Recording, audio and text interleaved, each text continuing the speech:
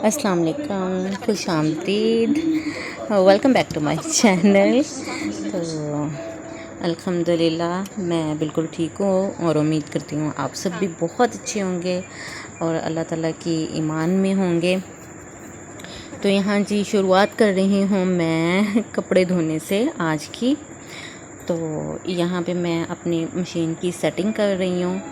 तो कपड़े मैं डालूँगी इसमें और कपड़ों की अच्छी सी धुलाई पिटाई मशीन मेरी कर देगी।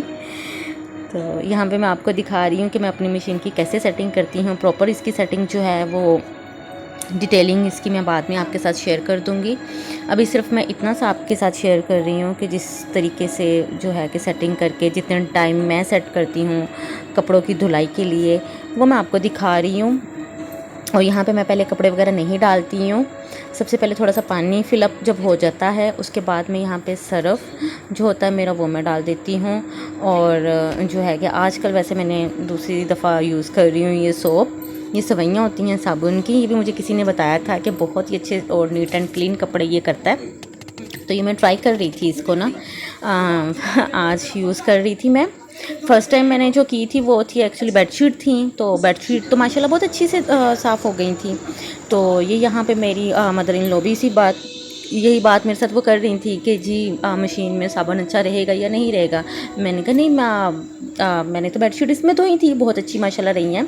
और ये अब मैं आपको भी दिखा रही हूँ कि काफ़ी अच्छा रहा था ये ना मेरे लिए साबुन की सवैयाँ जो होती हैं। और यहाँ पे मैं बता रही हूँ जी साथ साथ जो है कि मैं कपड़ों की मैंने मशीन लगा ली थी और मेरी जो हेल्पर थी उन्होंने जो है कि काम अपना सारा क्लियर कर लिया था, सफाई वगैरह सारी कर ली थी, बर्तन वॉश कर लिए थे। और यहाँ पे मैं दूध गर्म कर रही थी, सॉरी दूध गर्म किया हुआ था, उसको ठंडा होने के लिए रखा था मैंने। और करेले जो है कि कल के व्लॉग में आपको दिखाए थे कि भिंडी के साथ हमारे करेले भी आए थे जो मुझे बनाने थे। तो ये काट के नमक लगा के रखे हैं और ये करेले आज मैं जी अपने घर जाके बनाऊंगी, यानी अपने मेके में जाके बनाऊंगी करेले। तो यहाँ पे मैं खिचड़ी वाली दाल दिखा रही थी आपको कि खिचड़ी आज पकेगी, आज दिल कर रहा था वैसे खिचड़ी खाने को। तो ये जी अब मैं यूज़ करूँगी जी अपने ये वाले हेडफोन। ये एक्चुअली मेरे भाई लाए थे दुबई से, तो मेरे पास थे पर मैं भूली हुई थी इनको, लेकिन मैं अब ना यही यूज़ कर रही हूँ। तो नेक्स्ट टाइम आपको भी मेरी वीडियो में यही व्लॉग्स में नज़र आएगा कि इससे फिर मेरी ना जो मैं आपसे बात कर रही होती हूँ वो आवाज़ बहुत ही कम आ रही होती है, जिसकी वजह से मैं लाइव आपसे बात कर ही नहीं सकती। व्लॉग में नहीं मैं बोल सकती क्योंकि वॉल्यूम बहुत कम आ रहा होता है। तो लेकिन ये है ना कि अब आसानी हो गई है इन हेडफोन से ना। तो यहाँ पे ये मैंने खिचड़ी वाली दाल जो थी वो मैं चुन रही थी, भीन रही थी, साफ़ कर रही थी आप इसे जो भी कहते हैं। उसके बाद फिर धो के भिगो के मैंने थोड़ी देर छोड़ दिया था इसको। और यहाँ पे जी देखिए आप जी मेरी मशीन ने भी अपना काम कर लिया है जी क्लोज। तो ये खुद अलार्म जो है वो देती है और अलार्म देने के बाद जो है बस आप इसके कपड़े निकाल लें। और अगर आपने इसको धूप लगानी है तो लगवा लें, अदरवाइज़ आप जो है कि इसको फैला सकते हैं ऐसे ही अपने रूम में या। लेकिन मैं इनको जो है कि मैं धूप लाजमी लगवाती हूँ कपड़ों को ना, क्योंकि जरासीम होते हैं वो जो है वो ख़त्म हो जाते हैं इससे ना। तो ये मेरे यहाँ के जी कपड़े हो गए धुल गए थे और यहाँ पे मैं अब जी अपने हस्बैंड के कपड़े प्रेस कर रही हूँ।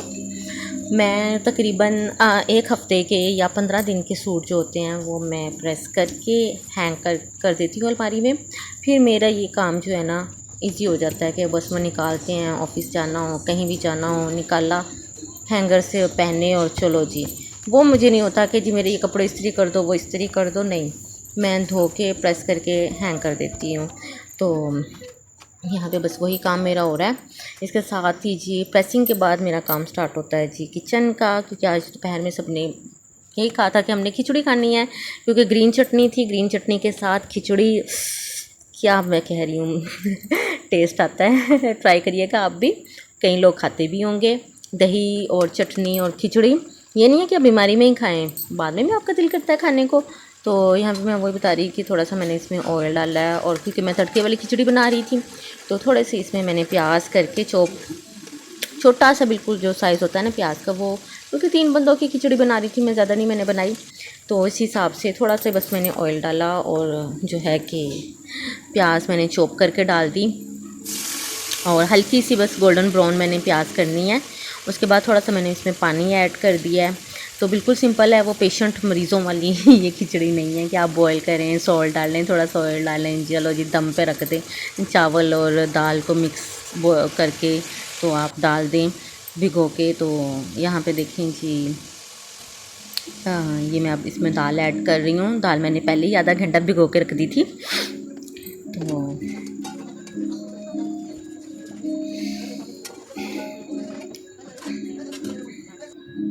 आप देख रहे हैं कि मेरा काम आजकल बहुत ही जो है ना वो जल्दी हो जाता है माशाल्लाह से ना। तो क्योंकि हेल्पर है मेरी, आधे से ज़्यादा काम मेरा वो कर लेती हैं।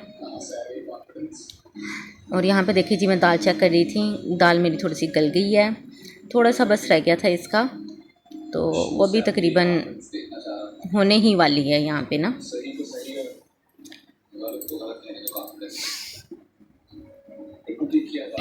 तो यहाँ पे जी जो आपके चावल के हिसाब है उस हिसाब से आप पानी ऐड करें।